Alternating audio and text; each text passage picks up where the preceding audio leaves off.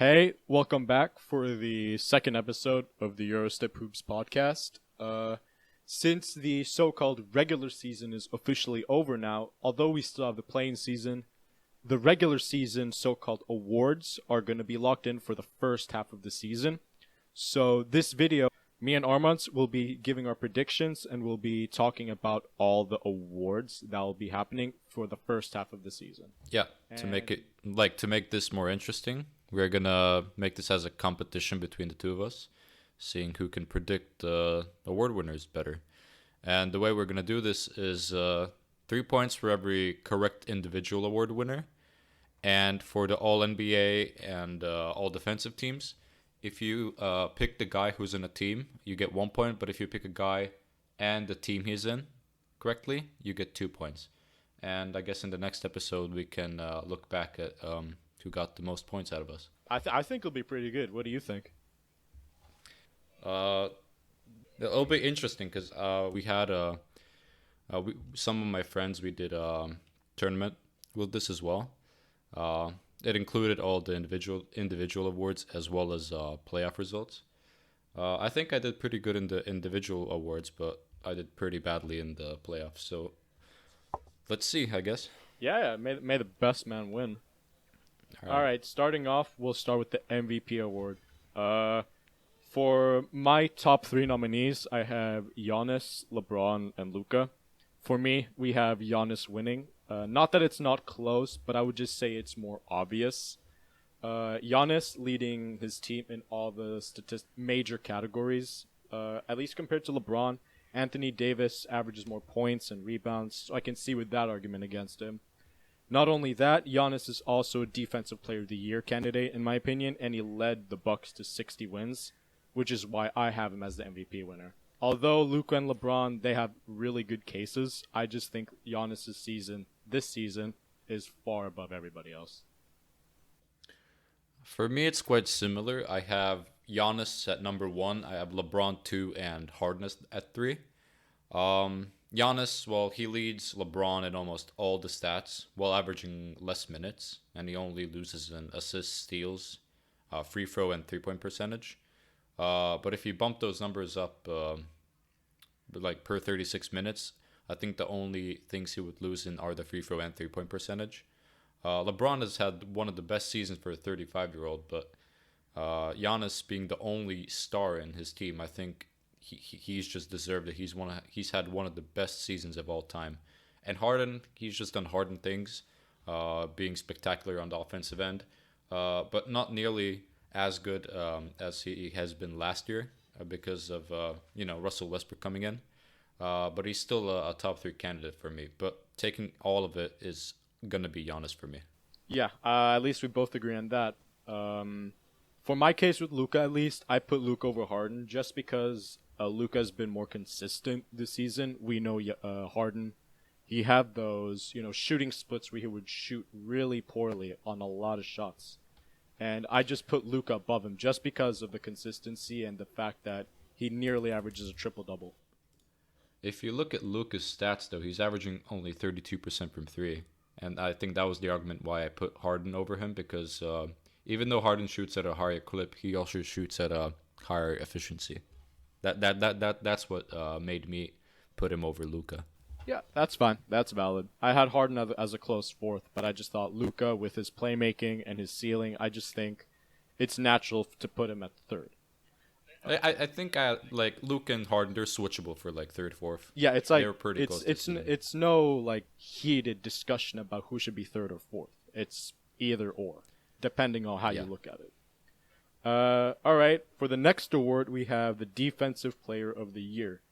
I have actually Giannis winning this as well. Together with second and third, we have Anthony Davis and Rudy Gobert. Giannis this season, for me, he's been absolutely a stud on defense. He can guard 1 through 5. He's the team's engine on defense. And not only that, he blocks shots. He can guard your best, perimeter player. He can also guard your big. And with that, he'll get momentum and he'll run towards the court and just dunk the ball. So for me, I have Giannis winning Defensive Player of the Year. All right. I have exactly the same as you. Giannis, Anthony Davis, and Rudy. Gobert probably won't win because of the voters' exhaustion I've been listening to. He's won 2 times already, like 2 times in a row, and I think voters will want to see a different player win this time. I picked Giannis because he's only allowing 51.7% shooting on field goals in the restricted area, and he protects the rim better than anyone in the league. Also leading in defensive field goal percentage with 41.8. And the second place is Dudley with 44.7. So there's a huge difference between That's that. actually a huge difference. Yeah. Actually, both the Lopez brothers were pretty close as well. So you can see how Milwaukee is such a great defensive team. Yeah. I really like. And my second place. No, Go I ahead. just want to say I really like their defensive scheme as well. I think they surrounded Giannis with the right defenders as well, helping Giannis flourish in that system as well. You know, Brook Lopez being really good this season, Dante DiVincenzo, and even George Hill occasionally. Yeah. I had Anthony Davis in my second place. Reason is because he's only one of two players averaging 1.5 steals and 2 blocks per game, and is the reason why Lakers are so good at defense. By the way, do you know who the second player is? Who is the second player? It's your boy. Giannis. No, It's my boy. it's your ESPN fantasy boy. It's my ESPN fantasy. But oh yeah, it's Jonathan Isaac. Yes, if he had a full season, he could also be in the top 3 discussion because he's been amazing. I know, but he is a future defensive player of the year candidate, 100%. Yeah, but for right now, my second place is AD. And yeah, the Lakers have been so good at defense this year. They're third in defensive rating. And for third, Rudy Gobert. Even though he's still a great defensive player, his stats have fallen off a little bit this year, but he's still one of the best in that position. Yeah, that seems pretty good. For the next award, we have the most improved player of the year. For my number one, we have Brandon Ingram. He went from around a little bit of a low, like 14, 15 points per game score around that margin, all the way up to 23 points, 24 points. So it's a huge jump from the last season. Yeah. Noticeable differences I've noticed, at least from this season compared to last season, is a very nice developed offense. He's creating a lot more shots for himself, and he's hitting a lot more catch and shoot threes. You know, he's a guaranteed bucket getter, at least for New Orleans this season. He also improved his jump shot. Yeah, that's what I said. You know, shot creating and hitting catch. And But like shoot the threes really well. actual mechanics of the jump shot, I think he improved Oh, the really? speed. Yeah, and the way he, bends his knees and lands, making it much more, much better for him, and looks better as well. That's good. And for second place in the most improved player of the year, for me, goes to Bam Adebayo. This season, he averages 16 points, 10 rebounds, and 5 assists. In my opinion, the 5 assists are really underrated because, I mean, as a big, most of the playmaking bigs we see, or the only one we think about, is Nikola Jokic. However, Bam Adebayo is developing a really nice playmaking game as well. So I see him as a second place for the most improved player. He took a nice jump, but not that big of a jump that Brandon Ingram took this season. And for the third place, I thought was a pleasant surprise this season, who I thought was a dead in the water kind of team, is Devontae Graham. He went from around 5 points per game to around 14, 15 points per game this season. And he took the league by storm early this season. You know, I get one of the games I remember he dropped around 40 on Brooklyn, which was really good for him. But although he slowed down a little bit afterwards, I see him valid enough for third place for most improved. I actually thought after the first weeks of the regular season that he was going to get the most improved because he just looked so good at the start of the season. But for me, again, I have the same as you. I have Ingram winning most improved player, second Adebayo, and third Devontae Graham. Ingram has improved his shot and his 3-point percentage from 33 to 39%, hitting a 2.5 per game. And he has been New Orleans' clear number one option the whole year. And it's been very pleasing to watch him play this year. Adebayo also deserves credit because he has defied odds and become a versatile big man who can't really shoot threes, but is still vital to his team, averaging close to 16, 10 and a half, and 5. I think he's a perfect big man in Miami's scrappy game style, and his game could continue to flourish if he added a 3-point shot. And as you said with Devontae Graham, it looked like the lost cause for Charlotte this year, but Devontae Graham definitely gave them a spark. Seeing how they can run Terry and Devontae as the two guards moving forward. So it was a really pleasant surprise to see him there.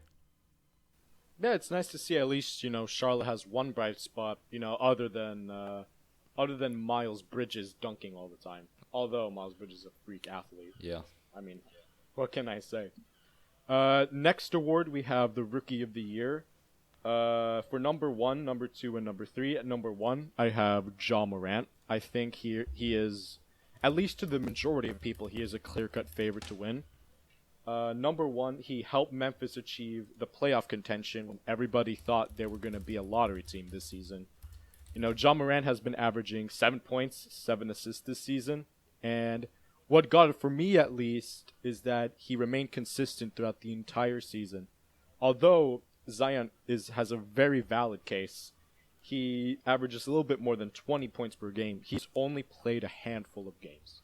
So that is why I have Ja Morant above. I mean, he reminds me a little bit of John Wall with his kind of style of play. He can dunk the ball. He plays like a playground kind of thing. I see a lot of John Wall in that. Yeah. But for third place, I have another Memphis Grizzly. In my opinion, the steal of this draft, Brandon Clark. Ooh. Yeah, I thought he has a very solid case this season. He averaged 12 points, almost 6 rebounds, with a 62% field goal and 40% from 3. I think that is exactly what Memphis needed at the power forward spot. Although I loved Jay Crowder as well to help with the spacing, I thought, Justice Winslow along the line will help them a lot well. I think Justice Winslow can play make better than Jay Crowder. So I think Brandon Clark will receive a lot more lobs because many of his baskets are from inside. But who do you have? Who do you have, Zuke? Yeah, for once at least, I don't have everybody being the same as you. I have Ja Morant being the no-brainer winner. He led the Grizzlies to the 8th seed. Everyone counted them out. He was almost an all-star in his rookie year. They ranked 29th coming into the season, and look where they are right now. Wait, do you know who was the 30th? Yeah, I'm guessing it's the Knicks. It's not a tough guess. I think it's pretty easy. But second was Zion. The only reason is because not much of a sample size, but he definitely has potential there. And I think it would have been a completely different discussion if both were healthy the whole year. Did you see Zion at the first official NBA game? Yeah, it was sad that we only got to see him for, 15 minutes? 15 minutes, but he had 16 points. I mean, come on. The thing I didn't like is he had 0 rebounds. So, knowing him as like one of the best rebounders, like snatching the boards away from every person, I was kind of surprised seeing how he got only 0 rebounds. I know, and the majority of his buckets, at least before the season came to a halt, is that most of his buckets came from his own misses. Yeah. Like he got his own rebound and put it back up. Zion's he's a freak of nature, man. It will be interesting to see how he does next season when he's fully healthy and playing without any restrictions, and even this season to finish it off. But for my third spot, you had Brandon Clark. I have Kendrick Nunn. Oh, okay. I don't think anybody expected a player who didn't even get drafted to do this well. He's been Miami's starting point guard the whole year. I think he scored either a 40 or 50 bomb in the offseason, which was like the first time I heard of him. And ever since, he's just been a really great player for them. So it was really nice to see Miami with all those players on tiny contracts like Kendrick and Duncan Robinson. So I'm really happy that he's done good, and Miami as a whole has been really refreshing to see after a couple of years of not doing so well. Yeah, their team is really stacked. What really What I really liked was Goran Dragic. He was willing to take the six-man role for Miami and let Kendrick Nunn start. I thought that was really good. At least let Kendrick Nunn shine for this. I remember you asked me the question of which team I like watching other than Boston. And it's And probably after Miami. a thought, I actually think it's Miami. I just love how they play. Yeah, for me it's Memphis just because John Moran reminds me of John Wall, and I just love John Wall's game. He's just fun to watch. Yeah. He's really fun to watch. Next we have sixth man of the year.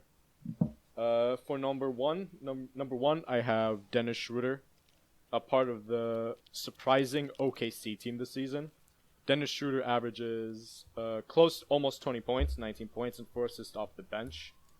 Not that he's a clear-cut favorite, but my second and third place is Lou Williams and Montrezl Harrell. You can switch either one of those two. It doesn't change the fact that I have Dennis Schroeder at first, just because it's a voter bias. Lou Williams won it several times, and Montrezl Harrell is a part of the Clippers, so I guess nobody really wants to see a Clipper win it almost a fourth time now. So I have Dennis Schroeder winning. He's been a nice part of the OKC team this season. He's, in my opinion, like a little mini three-headed giant together with Chris Paul and Shea. Yeah. Like a mini one, like a guard version of a three-headed Yeah. giant. So I have Dennis Schroeder winning Sixth Man of the Year. For me, I also have Schroeder at 1, Lou Will at 2, but I have Derrick Rose at 3. The only thing that kind of makes him not count for this award is that he did start 15 of his 50 games. But I did like the way he played this year. He had all-around great stats with 18 points, 2.5 rebounds, and almost 6 assists. But that's not the story here. We're talking about Dennis Schroeder. He had a great season as the sixth man in a team led by CP3 and Shai, leading him to a surprising playoff berth. I don't think when the season started we expected them to be a playoff team. Did you expect them to be a playoff team? I expected him to fight for the playoffs because Chris Paul has a huge contract, and age catches up to people. Yeah, like it's like And, probably you know, like you 7th, 8th seed. But what are they now? 4th or 5th? I think they're above Houston. I think so. I think they're around fourth or fifth. But I think they're fifth. they are 5th, yeah. But it's really surprising because I would never have expected CP3 to have this season that he's having. But also a huge part has been Dennis Schroeder, who's he's been a really nice defender this year, and he's really earned it because he's improved in almost all of his stats this year. Yeah, it's really nice to see. I remember when I saw him in Atlanta.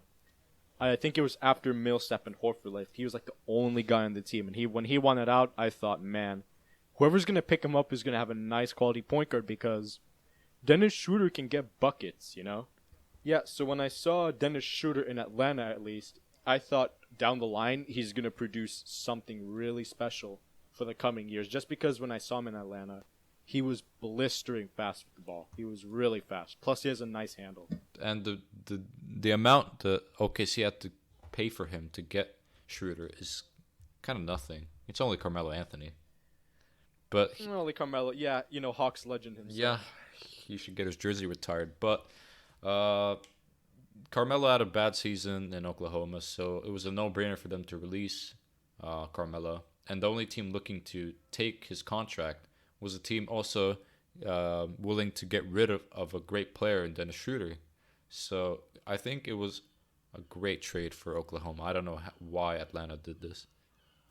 Oklahoma has been finessing teams a lot this season, especially with the Russell Westbrook and Paul George thing. They got so many picks back. Yeah, I don't think think their even future- even this year it's been like in general. Except if you don't look at the Harden trade, OKC's done an amazing job at acquiring assets. I know, but with the picks they have, do you think they can make a splash for contention next season? What I would think they should do is obviously start with drafting the players. If they do have too many picks in one draft and they're all clustered up at the same spot, I would maybe look at trading up. But if the opportunity presents itself and if they have a nice core brewing, I think they could make a move, trading one or two of the picks they have to get or acquire a superstar. Yeah, I could see it happening in the near future. All right. Moving on from the sixth man of the year, we're now gonna go to coach of the year. For my first place, I have Nick Nurse. Second place, I have Eric Spoelstra, and third place, I have Mike Budenholzer. In my opinion, Toronto, although Toronto is a second to third seed team, they're second seed right now. They surprised a lot of people, with Kawhi Leonard leaving. I wasn't really that surprised with seeing them, jump up to the second seed because what you get from championship DNA is, hard-earned experience and not easily, but you get more comfortable closing out games. Yeah. Because, you've been here, done that before. Mm-hmm. I knew Fred VanVleet would take a jump, and I knew Siakam would take a jump. So it's really nice to see that Pascal Siakam has become an All-NBA player, and Fred VanVleet has become a really solid defender and shooter for Toronto as well. And not only that, Nick Nurse's system allows them to flourish in that. I remember I saw this video about how he utilizes so many bench pieces. I mean, their team is so deep. They're stacked. They have Terrence Davis. They have Rondae Hollis-Jefferson. They have Gasol, Ibaka, OG. I can name probably a few more, but the list could go on. But the point is that they have a really nice team and a lot of players who know their role.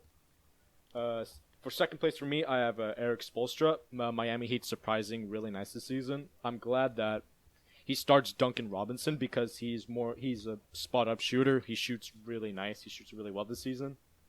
And he reminds me a little bit of, Klay Thompson, knows his role, can hit the threes at a very high clip. So I like that he's utilized Duncan Robinson this season really well. Also, with the Miami culture, letting Jimmy Butler, Bam Adebayo flourish in the system as well. And third, Mike Budenholzer. He won it last year, right? Yeah, he did. Or was it 2 years ago? Yeah, he won it last year. Yeah, he won it last year, and obviously voter bias this year. I'm not taking anything away from him with his coaching. He was a great coach in Atlanta. He coached that Atlanta team, which was the 1 seed, I believe. Yeah, 60 and 22. With Jeff Teague, Kyle Korver, Millsap, Horford, and I think it was DeMar Carroll as the last one. Yeah. DeMar Carroll, solid team, across the board, although they got swept by Cleveland. You get the point. Mike Budenholzer is a good coach who can coach great teams. 60 wins this season. Giannis having an amazing season, MVP this season for me as well. All right, who do you have? Nick Nurse, number 1. He led a team without a Kawhi to the second seed in the East.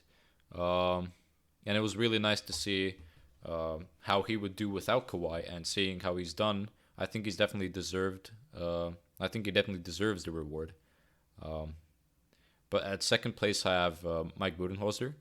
At one point, he was on pace for 70 wins, but now I think it's closer to 65 if we do the 82-game season. But it's impressive considering that Milwaukee only has one superstar, and Chris Middleton, who is considered an elite 3-and-D player.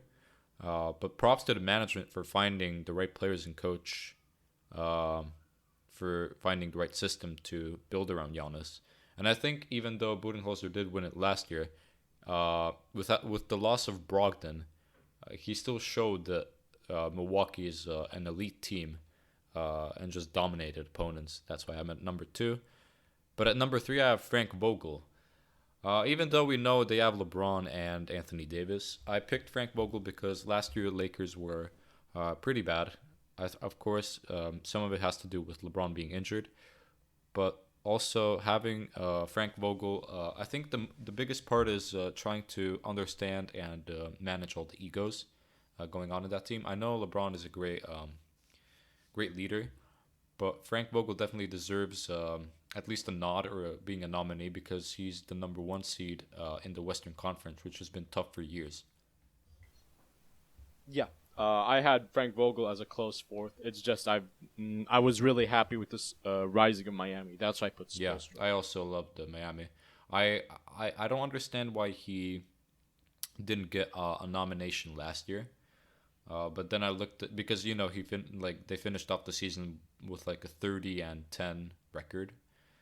Yeah, it was the best record on the second half of the season. Yeah, but if you look at the start of the season, they started like 10-30, so I think they had a 41-41 record. Yeah, but they started off with like 10-30, so I guess like even if you look at the great start, they also had a horrendous a great finish. They also had a horrendous start, so I think that's what impacted him getting a nomination last year.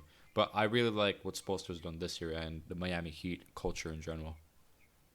He's just been consistently an amazing coach. I mean, that's all I can say to that, really. He's just been consistently amazing. Yeah. All right, from Coach of the Year, we now have the All NBA teams. I guess this is where, for us, the big points come in. For my first team, in the guard position, we have Luka Doncic and James Harden. Luka Doncic averaging nearly a triple-double this season. James Harden averaging over 30 this season. I could see those two with a valid first-team ballot this season. For the forwards, I have Giannis and LeBron. No brainer here. And I have Anthony Davis as the center. Anthony Davis obviously leading LA in many of the statistical categories. I'd say he has an underrated MVP season. What's your first team? It's sadly exactly the same. I was debating between having Kawhi and Luka. Can I ask why you didn't include Kawhi in the first team? Just because I was a little bit, for me, it was a little bit with the load management kind of thing. Load management took me off a little bit, just because I wanted to see him play a lot more. But I'm not taking away that he averaged around 26, 27 points. It's just load management for me. Did you know I just want you to... Luka played only 3 more games than him? Damn, really? Yeah. But I still had Luka coming in at first team because, he's just had a tremendous season, even though he's not shot it particularly well. Those numbers that he's producing is, for a second-year guy, and being only 20 or 21, it's just amazing. He's 20. He's 21. Luke and Harden at the guards, Giannis and LeBron at the forwards, and it was a tough decision between Anthony Davis and Nikola Jokic for me, but I went with Anthony Davis because he's had a really nice season for the Lakers so far. Yeah, it's been really nice. Been really nice. Second team, who do you have? Yeah, so I think this is where probably some of the players might differ for us. I think first team was kind of a no-brainer, like most of the decisions. But for my second team, I have Trae Young and Damian Lillard at the guards.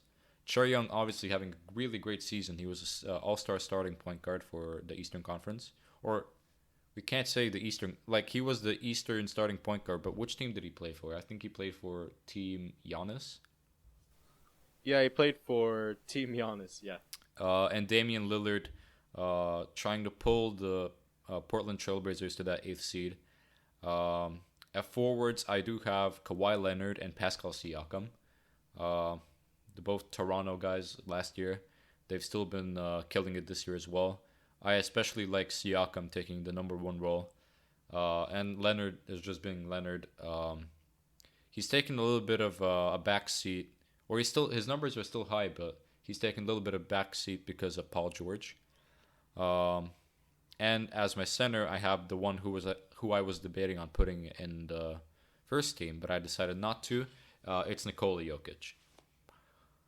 Yeah, that's a solid list. For me, on my second team, I have Damian Lillard and Kawhi Leonard as my guards for the second team. Damian Lillard had that one stretch we averaged around 40 to 50 points. Oh, yeah. That was absolutely crazy. And Kawhi Leonard, he's been stellar this season. Although he played 3 games less than Luka, he still validates himself as a premier superstar in this league. All right. For the small forward and power forward spots, I have Jimmy Butler and Karl Anthony Towns. Jimmy Butler being a nice surprise this season. In my opinion, with what you need for the All-NBA teams, it's not only stats, but it's about impact and leadership. And Jimmy Butler brings that to the Heat. That's why people may say, oh, that's a little bit high. I think that's perfectly fine for All-NBA second team for Jimmy Butler this season. But power forward and center, I have Karl Anthony Towns and Nikola Jokic. Karl Anthony Towns has been an offensive juggernaut this season. He's shooting around 40% from 3 this season. Although his defense is not there, his offensive firepower is too much, for me to handle at least. So I have him at the second power forward spot. And as center, we have Jokic for me. The reason I like your pick with Carl Anthony Towns. The reason why I didn't include him in any team is because he's only played 35 games this season. If he did play more games, I would consider putting him in either the second or third team. He's been really great this season, shooting step back threes, scoring at a 41% clip. That is insane for a big man. But just because he played only 35 games kind of made me, not put him on the list. Yeah. What do you have on your third team? For the third team, for me, it was a toss-up between Bradley Beal and Chris Paul, but I decided to go with Chris Paul just because he proves that he's helped Thunder get a winning record. He's a leader. His mid-range game is still as nice as ever, just as his floaters. And also that we see the point guard is back. He's playing absolutely amazing this season. And for me, that is a third-team option. Not obvious, but I'd say I could see how many people would vote for him in the third team. Yeah. For the other guard position, I have Chris Middleton shooting almost 50, 40, 90. All-star this season, averages like 24 points per game this season. I think that is solid enough for third team as well, for the best team in the league. For small forward and power forward, I have Jason Tatum and Pascal Siakam. Although Jason Tatum started a little bit slow this season, the second half of the season he picked it up. Ever since his beard decided to connect again. The second half of the season, Jason Tatum was torching everybody. And I'm saying literally everybody. He torched Anthony Davis when he dropped 41 at Staples Center. Oh, yeah. He torched Portland at an away game when we needed him the most.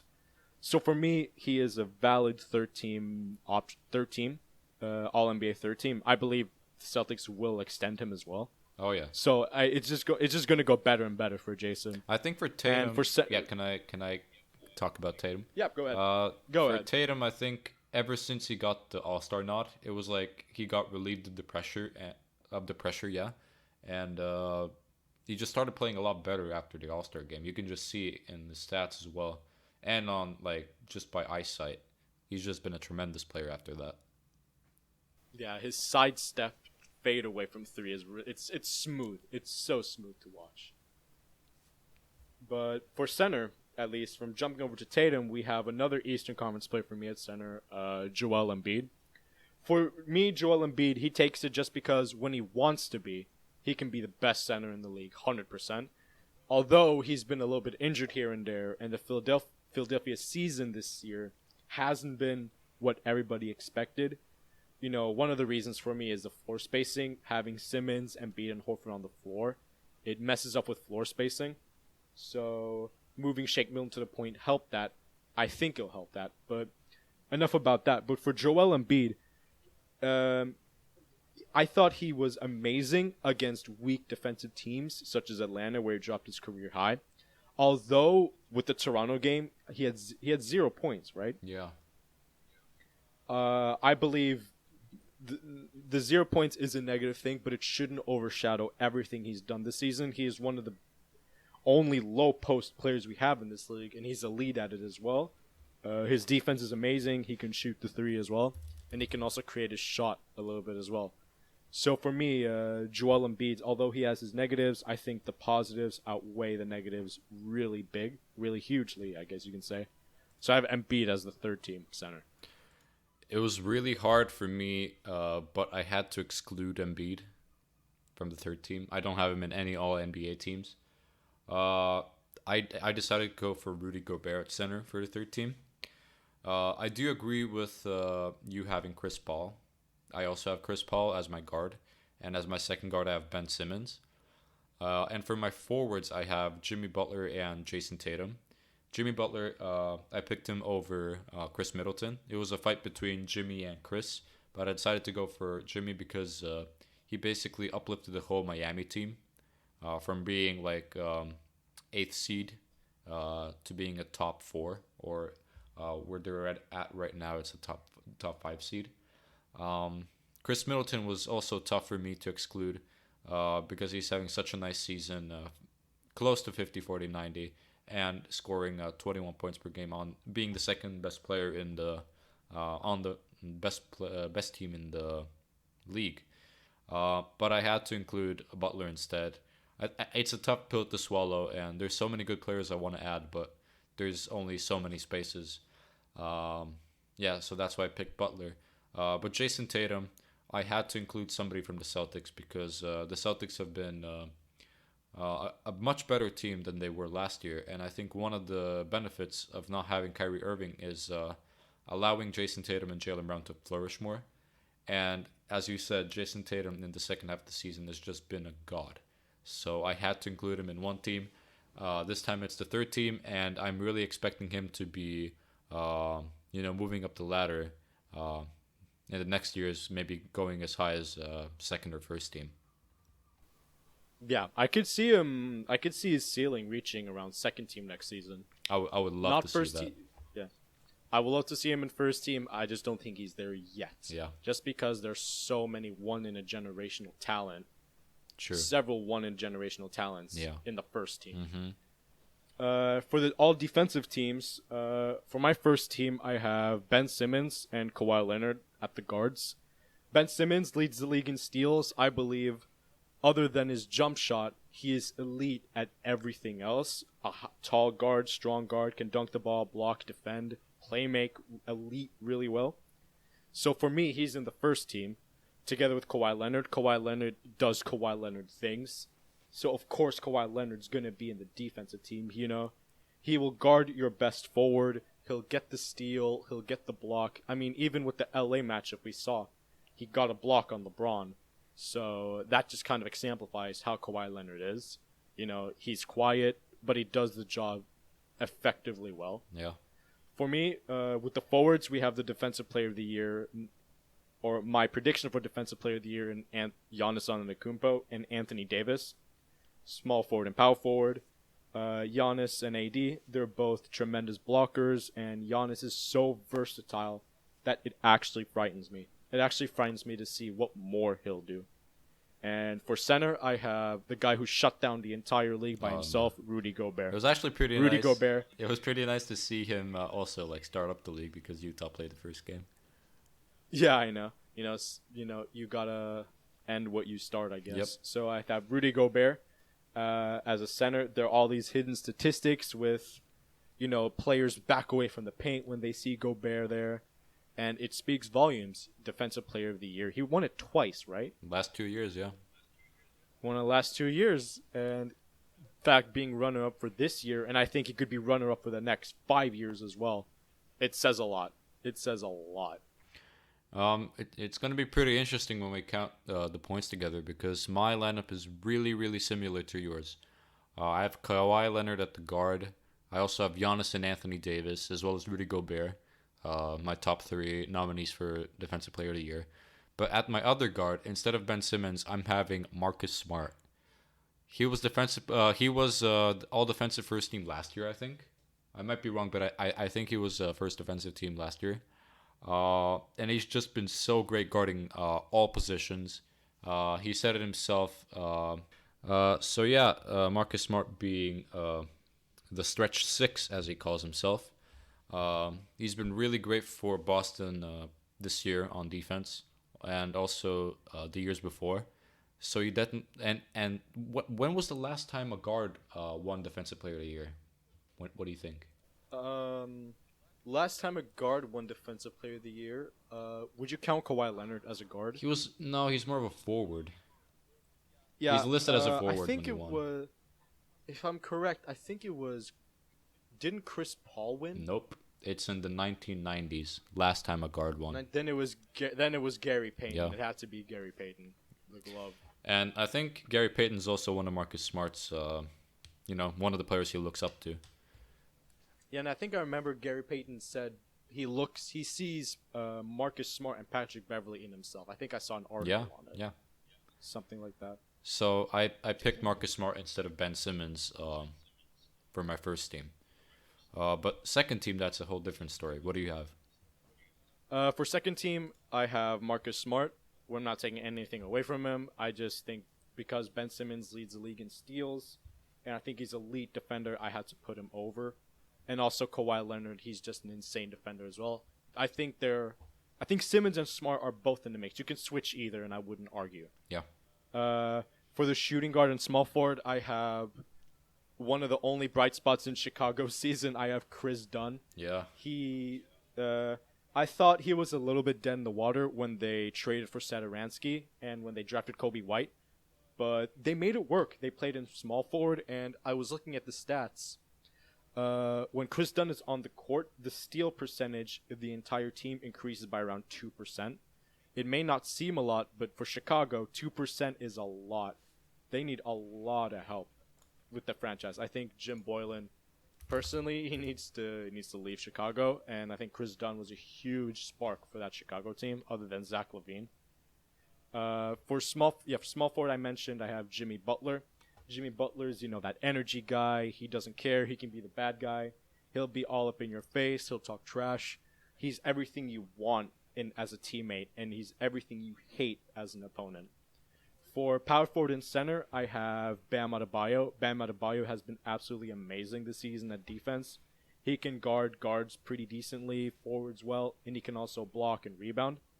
And for my center, I have Brook Lopez. Brook Lopez has been stellar defensive this season. He's around top 10. He's easily top 10 in blocks.